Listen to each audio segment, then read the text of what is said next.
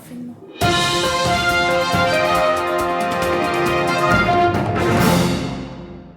Site archéologique de Fleurier, septembre 2122.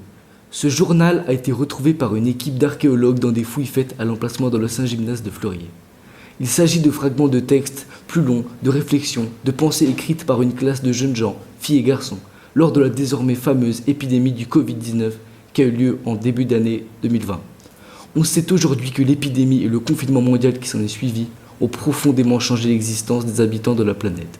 Sur le moment cependant, comme on le voit bien dans ces précieux témoignages d'une petite ville de ce qui était alors la Confédération suisse, les jeunes personnes qui vivaient, rêvaient et se projetaient dans leur avenir se contentaient de vivre et d'avancer.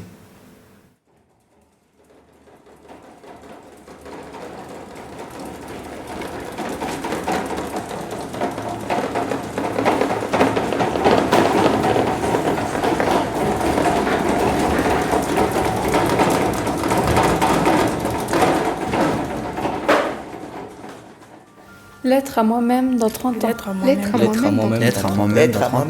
moi-même dans 30 ans. Chère Marie, je profite de ce confinement de printemps 2020 pour t'écrire, à toi qui seras moi dans 30 ans. Je m'imagine la vie que tu dois avoir. Je rêve beaucoup. Tu te souviens de cette époque où tu rêvais jour et nuit? Wesh Myron, wesh Pélo. Ça va? Mais ça fait longtemps. Tu te souviens de moi? J'espère que tu vas bien. La famille, tout ça. Bon, j'espère que t'es pas mort, car sinon là, je parle tout seul.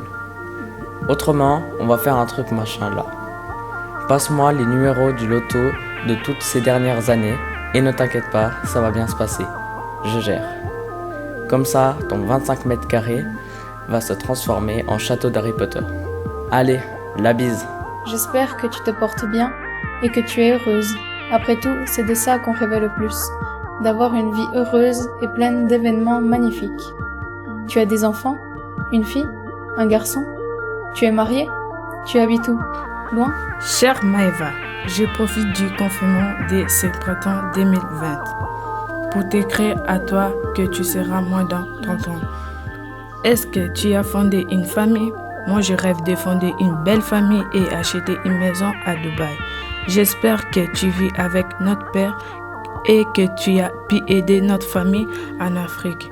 Au revoir et bonne chance pour la suite. Aujourd'hui, nous sommes le 27 avril 2020 à 11h. Oui, très précisément. Aujourd'hui, tu as appris que tu devais rester chez toi pendant 15 jours parce que tu as peut-être le coronavirus. Oui, tu dois avoir des petits rappels de cette époque horrible où tu te réveillais en te demandant si tu attraperais ce virus ou non. Salut Romain. Ça doit te faire bizarre que je te parle. Mais j'espère que tu es toujours ami avec Nadia et Rodrigo. As-tu réussi à devenir joueur pro et à rejoindre la Vitality et à parler à Mikalo? Enfin bref, si t'as pas réussi, trouve un travail mec. C'est super important. Tu te souviens des histoires que tu créais? Des RP? Du groupe fanfiction? J'aimerais que tu en parles à tes enfants ou à quelqu'un et que tu recrées des histoires si tu as arrêté. Cher Jordan, je profite du confinement de ce printemps 2020 pour t'écrire. À toi qui seras moi dans 30 ans. J'espère que tu as trouvé un travail qui te plaît. Une petite amie appréciable, là pour toi et qui te respecte. J'espère aussi que tu as des amis toujours là pour toi et qui te soutiennent et qui te sont chers. J'espère que tu mènes ta meilleure vie et que tu es en bonne santé. J'espère aussi que tu écris mieux que le toi de maintenant. Normalement, tu fêteras tes 45 ans demain. Bon anniversaire à l'avance. Tu te souviens de Louane, Elena, Kali et Aurora, et de toutes ces personnes qui t'ont suivi pendant ton adolescence? Tu te souviens de cette époque sombre que tu vivais, où tu ne savais plus où était ta place dans ce monde? Cher Sabré, je parle à toi qui seras moi dans 30 ans. J'espère que tu seras une légende du foot, et que tu joueras toujours au foot. Ça va être ma future vie. Mais si je peux faire un travail avant le foot, ce sera mieux. Ma vie sera magnifique, je vais avoir une belle vie. Tu auras une belle villa, des voitures de luxe, des montres de luxe. Tu auras une femme et des enfants, une grande famille quoi. Salutations, cher Sabré. Marie, j'espère que tu vis la plus belle des vies dont tu as rêvé. Vis pour ceux qui n'ont pas eu cette chance et continue de rêver. Bisous Marie du futur. Je t'aime déjà, même si je ne te connais pas.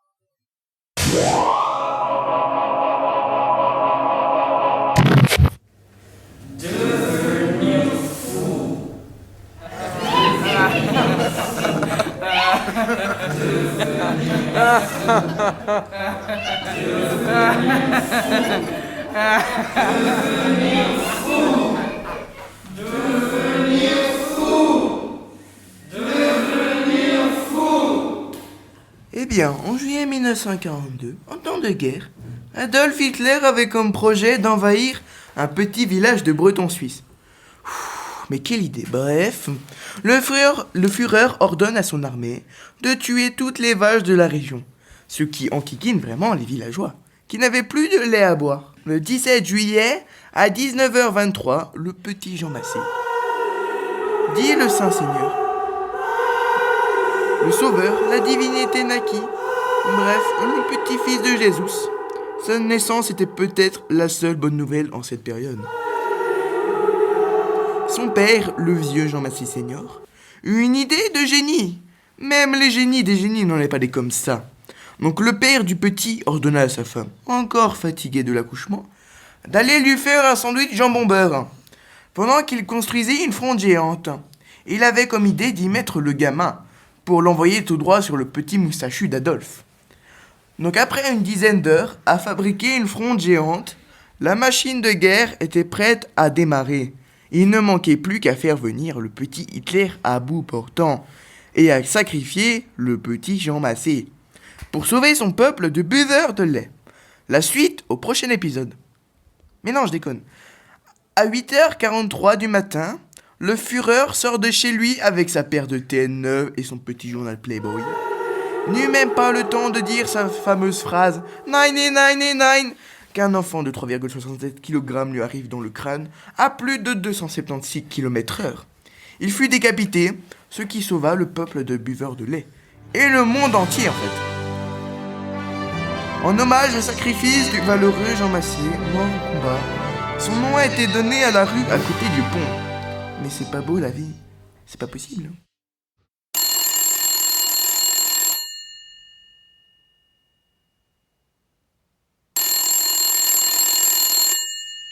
Monsieur le Président, merci d'être venu répondre à nos questions en exclusivité. La première question qui se pose est de savoir pourquoi la Coupe du Monde se passe au Qatar, alors que d'autres pays étaient aussi candidats.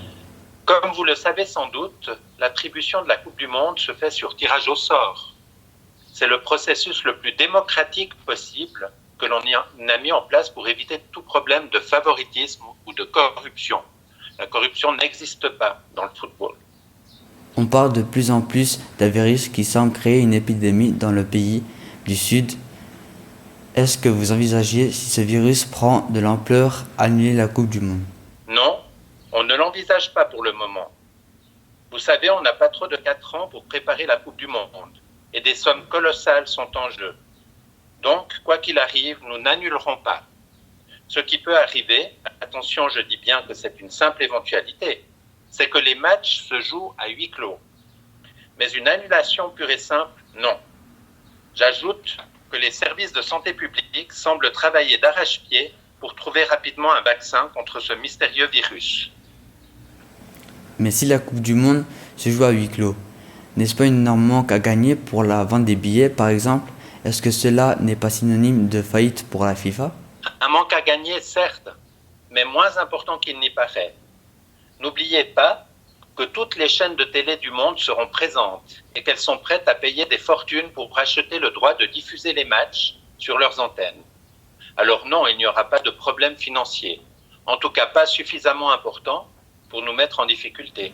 Merci beaucoup, Monsieur le Président. Une dernière question.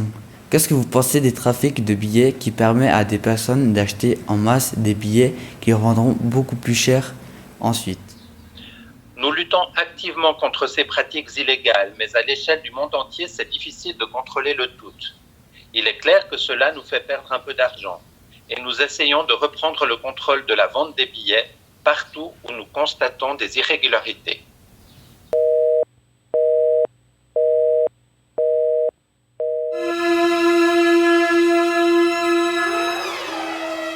Maman, papa, vous êtes où? Maman, papa, vous êtes où? Maman, papa, vous êtes où?